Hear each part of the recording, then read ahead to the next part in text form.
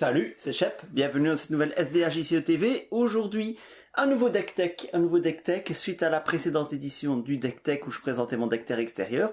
Il m'a semblé avoir vu quelqu'un demander que je construise un deck mono-tactique solo. C'est étrange, je n'ai pas retrouvé cette référence. L'aurais-je rêvé ou bien le commentaire a-t-il disparu, ou bien a-t-il été posté ailleurs que sur YouTube?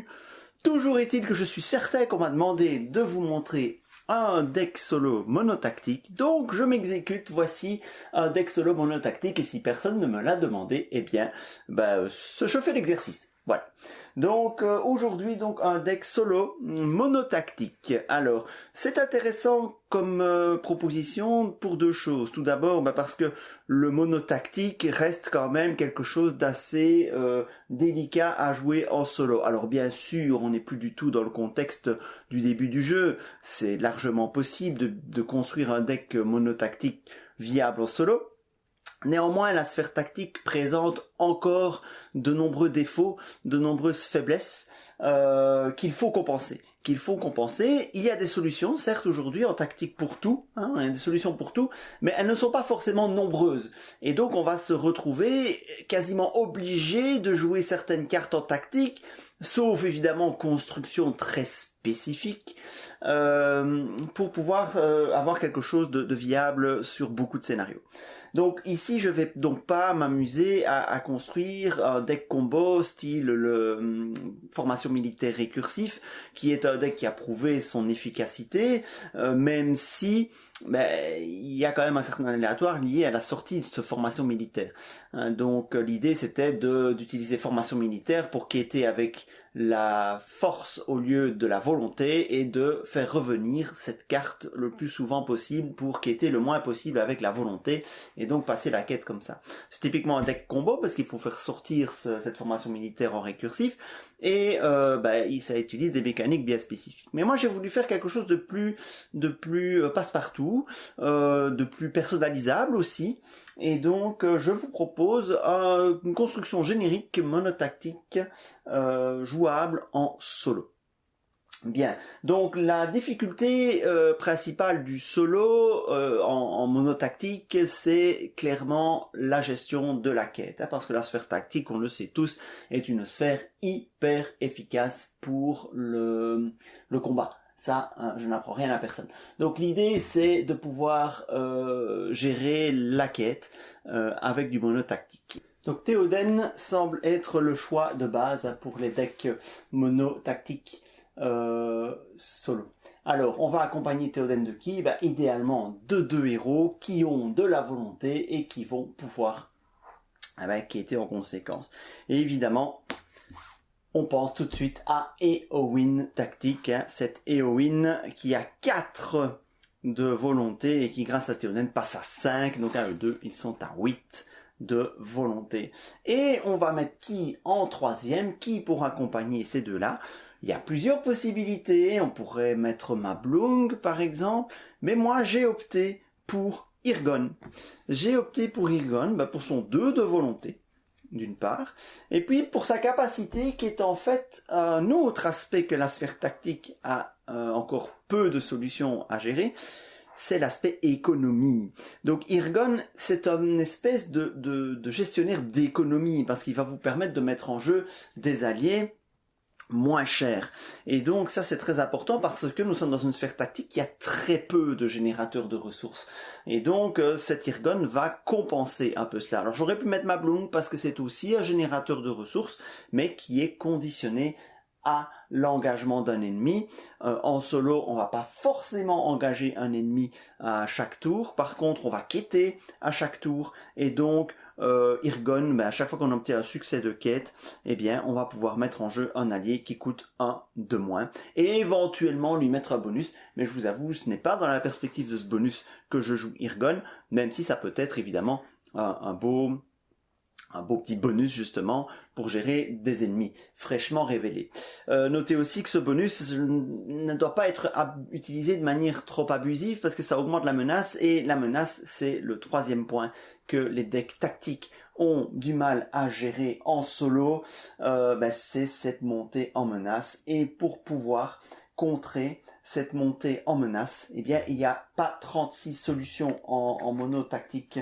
Et il y a bien évidemment la veille secrète, bien sûr. Donc la veille secrète que je mets en 3 exemplaires pour pouvoir gérer un petit peu la menace. Et donc, voilà, ça permet une diminution de menace de, idéalement 8-9 sur une partie si les 3 veilles secrètes sont jouées. Notez que ça permet aussi de réduire la menace dans la zone de cheminement, tout simplement parce que le meilleur moyen de ne pas faire monter la menace, c'est de ne pas avoir d'échec de quête. Et pour ne pas avoir d'échec de quête, eh bien, il faut s'arranger pour avoir des succès de quête, ce qui est d'autant plus important lorsque l'on joue Irgon. Alors certes, les 3 héros ensemble ont 11 de volonté, ce qui permet d'être à l'aise. Tour 1, tour 2. Maintenant, ce volume de volonté ne va pas augmenter de manière exponentielle comme avec d'autres decks. Ici, ce volume de volonté va rester plus ou moins autour de cette valeur. Et donc ces héros vont être très souvent mobilisés pour quêter. Et donc on va essayer de trouver des solutions pour gérer la zone de cheminement. Parce que des gestionnaires de lieux, il n'y en a pas d'efficaces en tactique. Et donc on va pas pouvoir gérer les lieux. Et si les lieux s'entassent, c'est évidemment le plus mauvais scénario pour un deck monotactique. Les ennemis, on sait qu'on pourra les gérer tôt ou tard, mais par contre, les lieux, ça peut être un véritable problème. Et donc, l'idée va être d'essayer autant que possible de limiter la montée de menaces dans la zone de cheminement, et c'est dans cet esprit-là que j'ai construit le deck dans un premier temps. Donc, comment est-ce que je vais limiter cela? Donc, comment gérer cette zone de cheminement en monotactique? On a la veille secrète qui peut diminuer de 1 la menace d'un ennemi, c'est un petit gain, mais c'est un gain tout de même. Il y a d'autres cartes qui ont directement ou indirectement ce rôle-là. Donc par exemple, Suivi qui est en un seul exemplaire dans le deck, parce que je n'estime pas que c'est une carte qu'on va pouvoir jouer 3 fois dans un deck. Mais donc l'idée de Suivi, c'est qu'une fois que un ennemi est attaché à Suivi et qu'il est dans la zone de menace du joueur, donc dans ma zone de jeu, donc l'ennemi va être engagé au combat avec moi, mais tant qu'il est engagé au combat avec moi, il diminue de sa valeur de menace, la menace à la zone de cheminement. Et ça, c'est très bien. C'est une solution pour réduire la valeur de menace de la zone de cheminement. Ce qui est un effet recherché. Évidemment, la contrepartie, c'est qu'il faut garder l'ennemi engagé avec moi. Ce qui, en tactique, n'est pas trop un problème de garder un ennemi engagé. On a des solutions pour gérer les attaques des ennemis. Donc, ce suivi en x1, parce que je n'ai pas forcément envie d'avoir 2 ennemis qui restent engagés, voire 3 ennemis qui restent engagés. Donc, c'est un petit bonus, mais qui peut être très appréciable en vue de baisser la menace dans la zone de cheminement. Alors, qu'est-ce que j'ai d'autre comme solution pour gérer cette menace, gérer cette quête finalement, cette menace dans la zone de cheminement? J'ai évidemment Ne plus attendre en 3 exemplaires. Ne plus attendre est une excellente carte. En quoi est-ce que ça gère la menace dans la zone de cheminement? Vous allez me dire, eh bien tout simplement ça me permet de révéler une carte de moins au renforcement. Et ça fait toute la différence. En contrepartie d'un ennemi. Mais de nouveau, en monotactique, les ennemis, c'est pas vraiment le souci. Je vais choisir un ennemi parmi mes 5 premières cartes de rencontre, et je vais le mettre en jeu, engagé au combat avec moi. Donc il ne va pas contribuer sa menace dans la zone de cheminement. Pour autant que j'ai joué Suivi juste avant, c'est une combo qui peut être très gagnante parce que je vais pouvoir choisir l'ennemi qui va être attaché à Suivi et donc choisir éventuellement un ennemi qui a beaucoup de menaces pour autant que je puisse le défendre évidemment. Et donc c'est vraiment une belle combo Ne plus attendre Suivi qui peut se déclencher. Mais rien que Ne plus attendre, c'est une carte de moins dans la zone de cheminement et donc potentiellement un lieu de moins dans la zone de cheminement. Donc évidemment ce Suivi, ce Ne plus attendre coûte 2. C'est un peu cher. Mais ça vaut vraiment la peine. Ça peut vraiment valoir la peine de jouer Ne plus attendre. Notez malheureusement que ne plus attendre, ça peut être fâcheux s'il n'y a pas d'ennemis dans les 5 premières cartes du deck de rencontre. Parce que s'il n'y en a pas, je ne peux pas déclencher le ensuite, parce que la première partie de la capacité n'a pas été résolue avec succès. Et donc là, c'est 2 ressources, mais complètement perdues. C'est le risque. Maintenant, ça n'arrive pas vraiment spécialement très souvent, mais c'est un risque qui peut survenir, c'est sûr, c'est certain. Donc ne plus attendre, une autre solution pour gérer finalement cette zone de cheminement. Qu'est-ce que je peux avoir comme autre solution? J'ai ajouté une flèche rouge. Donc une flèche rouge attachée à un héros Gondor. J'en ai un, Irgon et Gondor. Le héros gagne plus 1 de volonté. Oui, c'est pas mal, hein, plus 1 de volonté, c'est un détail, vous allez me dire, mais cette volonté supplémentaire fait que ça me permet de mieux gérer la zone de cheminement. Et puis évidemment, il y a la réponse vaillance, hein, quand le héros attaché obtient un succès de quête, qui est le but d'Irgon, hein, il va essayer d'obtenir un succès de quête tout le temps. Ça me permet de mettre en jeu un allié gratuitement parmi les 5 premières cartes de mon deck. Et donc cet effet, qui va pas se déclencher forcément souvent, mais est vraiment très très intéressant. Et c'est une carte qui vraiment colle parfaitement bien à Irgon, qui cherche à obtenir des succès de quête à chaque tour. Donc avec un plus 1 de volonté. Donc c'est une autre manière d'un petit peu augmenter cette pool de volonté pour pouvoir mieux gérer cette zone de cheminement. Alors, bien sûr, au niveau pool de volonté, j'ai aussi ajouté dans le deck des alliés qui ont de la volonté. Donc, Bofur, qui pour 3 de coups, 2, si c'est Irgon qui le met en jeu, à 2 de volonté, c'est très appréciable. La capacité de Bofur peut être intéressante. Certes, il n'y a pas beaucoup d'armes dans le deck, mais voilà, ça peut toujours éventuellement servir au cas où. Mais voilà, donc 2 de volonté en plus, c'est toujours appréciable. J'ai aussi inséré 2 exemplaires de Grimbold, parce qu'il a 2 de volonté, notre ami Grimbold. Et pourquoi 2 et pas 1? Parce qu'il est unique. J'en ai mis 2 parce que sa capacité lui dit de défausser Grimbold pour empêcher un ennemi d'attaquer pendant cette phase. C'est aussi une solution de gestion d'attaque. On a vu que les gestions d'attaque sont intéressantes dans ce deck. Donc Grimbold 2 de volonté, une gestion d'attaque qui peut éventuellement même être utilisée comme défenseur trash si nécessaire. Il coûte aussi 3, hein, 2 avec Irgon si celui-ci a réussi un succès de quête. Bien. Et puis j'ai rajouté encore 2 autres cartes pour vraiment être sûr de ne pas être en panne de volonté. C'est des petites cartes neutres. J'ai rajouté quand même des cartes neutres. Non pas de Gandalf parce que beaucoup trop cher à jouer vu que ce deck à part Irgon n'a pas de génération de ressources.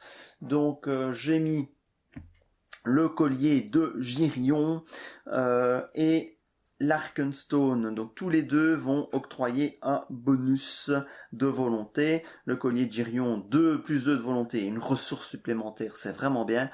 Et l'Arkenstone, une diminution de... Voilà, non, c'est plutôt juste un plus 1 de volonté parce que l'autre capacité ne s'applique pas vu que je joue en solo. Alors, ces 2 cartes, c'est un peu qui tout double, ça peut être bien, ça peut être pas bien, parce que les 2 cartes sont protégées. Si j'arrive à les protéger avec un ennemi, c'est parfait. Si elles sont protégées avec un lieu, c'est pas bien. Donc c'est vraiment, je les ai mis là aussi pour un peu les tester, pour un petit peu voir ce que ces cartes valent réellement en jeu, parce que je les ai beaucoup critiquées en review, hein, mais donc je les ai mis là pour les tester. Pas du tout sûr que je vais les jouer, et si ça se trouve, ça va très vite sortir du deck. Mais les 2 cartes ont l'avantage de proposer un bonus de volonté, donc ça peut toujours éventuellement être appréciable de tester ce bonus de volonté. Bien, donc voilà pour ce qui est de la gestion de la zone de cheminement. Alors évidemment, la gestion de la quête de la zone de cheminement n'est pas tout. Il faut aussi pouvoir gérer les ennemis. Maintenant, ça va être beaucoup plus classique, le reste du deck. Donc, je vous mets les cartes de manière visible. Vous ayez un aperçu de la composition globale du deck. Donc, le reste du deck. Le reste du deck est beaucoup plus, beaucoup plus classique pour du monotactique.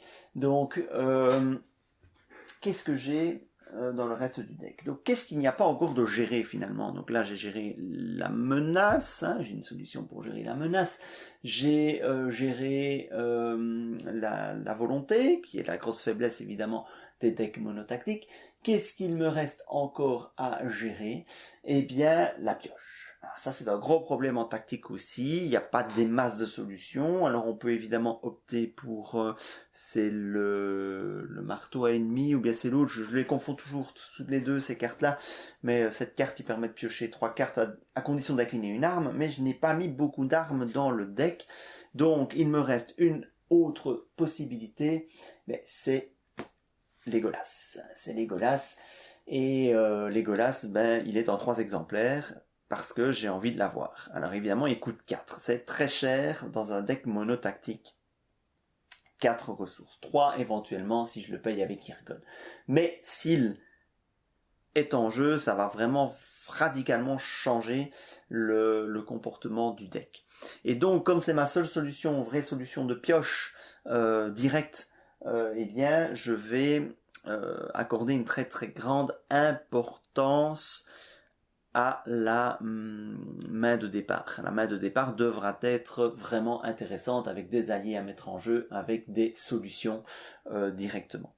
Donc ce Legolas, c'est la seule vraie solution de pioche, enfin vraie solution de pioche, oui, mais il y a aussi des tuteurs dans le deck.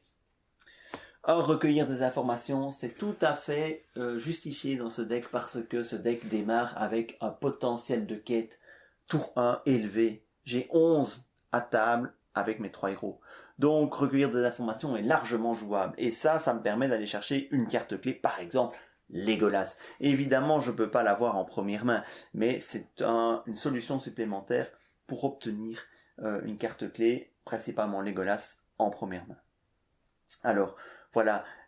Il y a aussi là une autre mécanique qui sert un peu, enfin c'est pas vraiment de la pioche, hein, c'est pas vraiment du tuteur, mais donc j'y reviendrai tout à l'heure. C'est plutôt de l'accélération de sortie des alliés.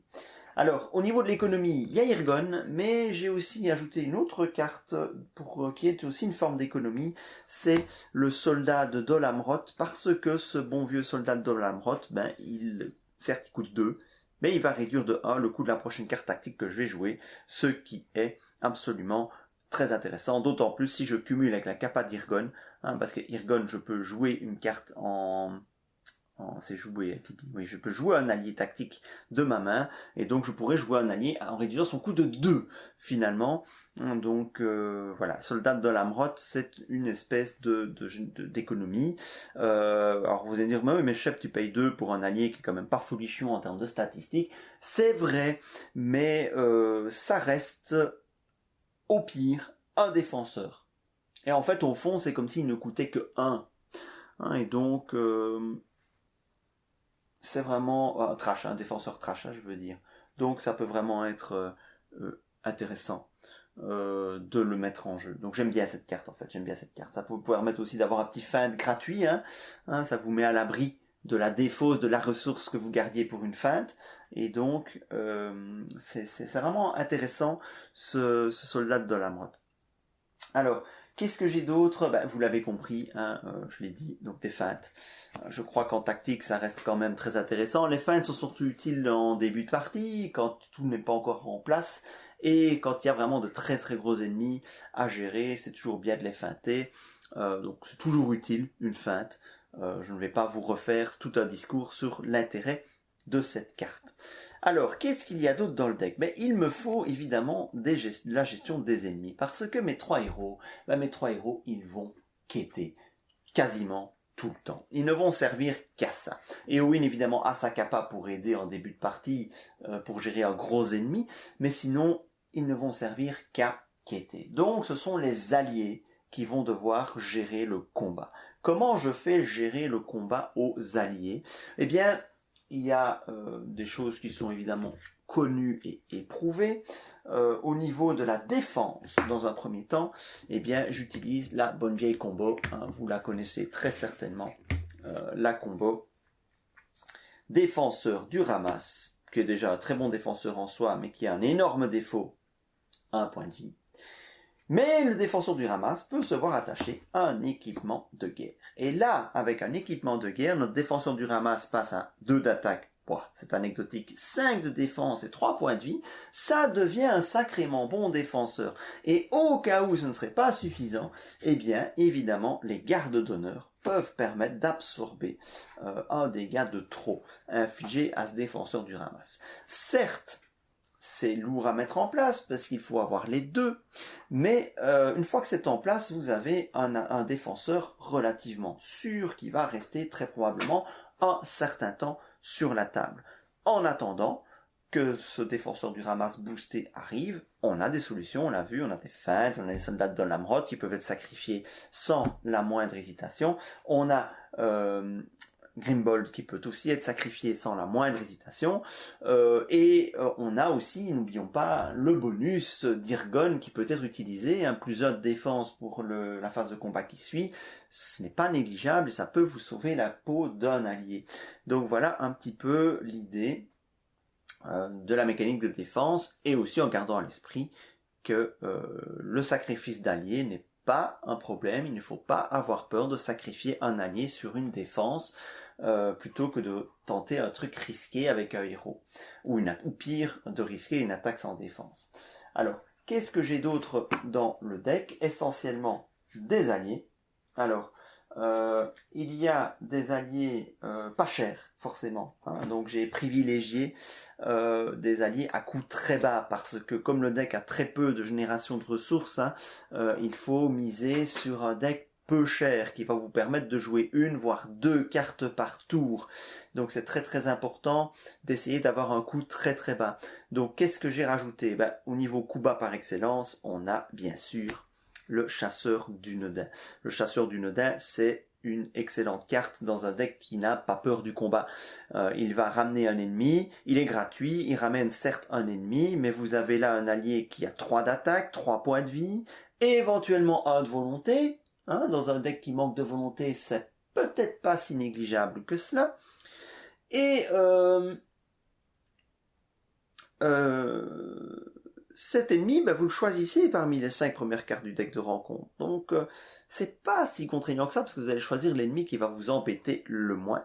Et surtout n'oubliez pas que l'ennemi que vous choisissez, il est mis en jeu, il n'est pas révélé. Donc si vous allez chercher un ennemi avec un effet une fois révélé, eh bien cet effet ne s'appliquera pas. Et ça peut parfois être très intéressant.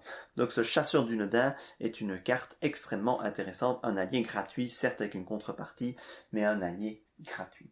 Alors au niveau allié pas cher, j'ai mis évidemment le change-pot Béornide.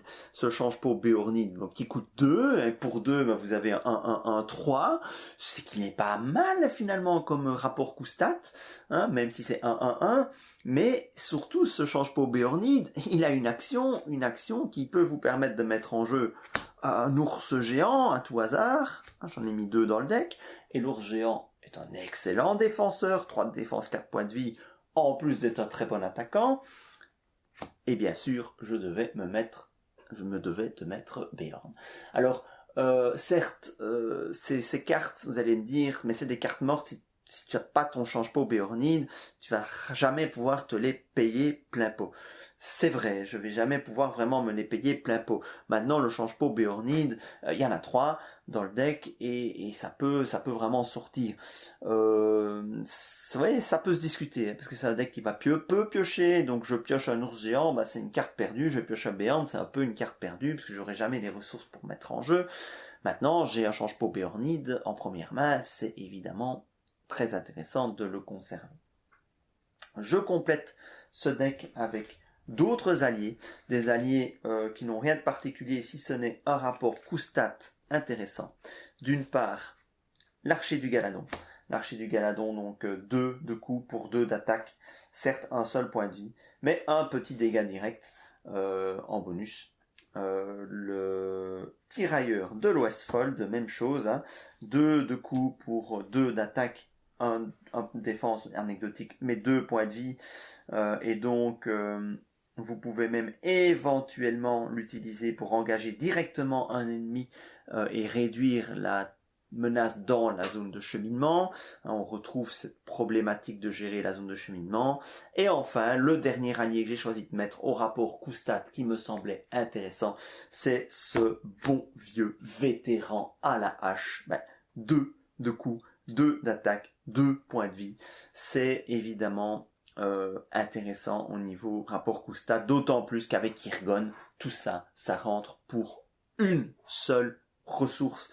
Et c'est vraiment là que c'est intéressant, c'est Irgon qui va vous permettre de mettre en jeu, de payer des alliés moins chers.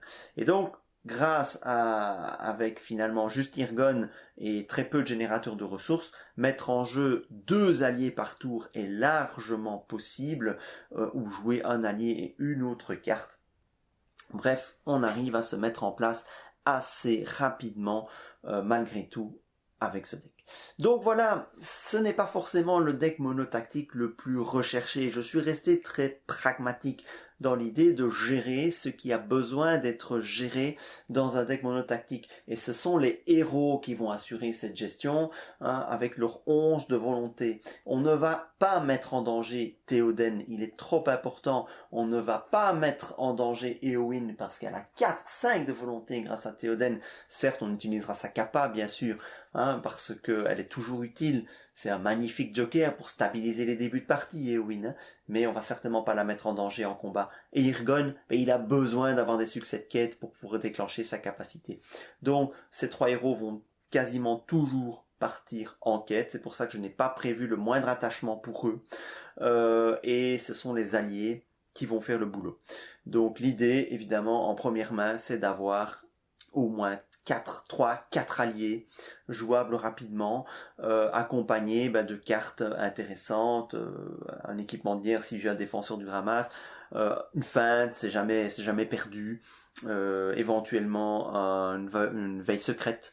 Donc le deck il démarre pas très très haut en menace, parce que Théoden, Éowyn et Irgon, ça fait 27, si on prend en compte qu'on baisse sa menace de 3 en début de partie grâce à Éowyn, c'est 27 de menace en début de partie, ce qui n'est pas trop élevé. Certes, elle ne va pas beaucoup diminuer la menace, mais ce n'est pas trop élevé. Ça permet d'avoir souvent 2-3 tours de temporisation pour se mettre en place. Et puis après, on peut faire arme égale avec le deck de rencontre. Ce deck, évidemment, il a des faiblesses. Il ne va pas du tout aimer les cartes qui augmentent brutalement la menace, ou bien qui augmentent brutalement la valeur de menace dans la zone de cheminement. Donc évidemment, ça ce sont des dangers quasiment insolubles, et donc il faut en avoir bien conscience. C'est aussi un deck qui va pas forcément beaucoup aimer les dégâts directs, parce qu'on n'a que le garde d'honneur pour les gérer. Alors certes, il y a du point de vie, beaucoup d'alliés ont 3 points de vie, 4 points de vie. J'ai essayé de prendre que des alliés qui avaient 2 points de vie, sauf le défenseur du ramasse, mais c'est dans le but de lui en donner plus. Et l'archer du Galadon, c'est la seule exception. Donc voilà, on va essayer. Mais voilà, les dégâts directs, les archeries, parfois ça s'accumule et ce deck-là ne va pas pouvoir les soigner. C'est le principe du monotactique. Donc le monotactique en solo ne va pas avoir peur du combat, il va surtout avoir peur de la quête et du renforcement et des effets de cartes, parce que ce deck n'a pas de cancel. Et ça, évidemment, ça peut faire très très mal. Donc c'est un jeu tendu, c'est un jeu risqué, c'est un jeu qui peut parfois perdre sur de mauvais effets. C'est pas contrôle, c'est pas contrôle du tout, c'est plutôt dans un style aggro finalement, que j'aime particulièrement, c'est mon style de jeu préféré, donc j'ai orienté le deck plutôt aggro, donc les alliés vont assez vite entrer en jeu, avec juste le contrôle pour la zone de cheminement, avec des solutions pour contrôler la zone de cheminement autant que possible. Voilà, je pense que j'ai passé en revue tous les aspects de ce deck. Si vous avez des questions, n'hésitez pas à les poser en commentaire de la vidéo. Si vous aimeriez voir ce deck affronter un scénario en particulier, proposez-moi un scénario que vous aimeriez voir contre ce deck dans une prochaine vidéo. Et si vous avez envie de me voir expliquer un autre build, ben allez-y, proposez déjà un autre build pour la prochaine édition du Deck Tech, hein, sachant que vous avez le temps, parce que je vais filmer au moins une partie avec ce deck entre-temps. Voilà, je pense que je n'ai rien oublié. Merci à tous. Proposez aussi vos monos tactiques, hein, si vous en avez. Et je vous dis à très bientôt pour une partie avec ce deck. Et je me réjouis déjà parce que j'ai eu l'occasion de le tester une fois, ce deck. Et c'est très amusant. C'est très amusant à jouer en fait. Je m'amuse beaucoup avec ça. La sphère tactique, c'est pas du tout ma sphère favorite. Mais là, j'avoue que ça me fait plaisir de jouer avec toutes ces cartes rouges. Voilà, merci à tous et à bientôt. Salut!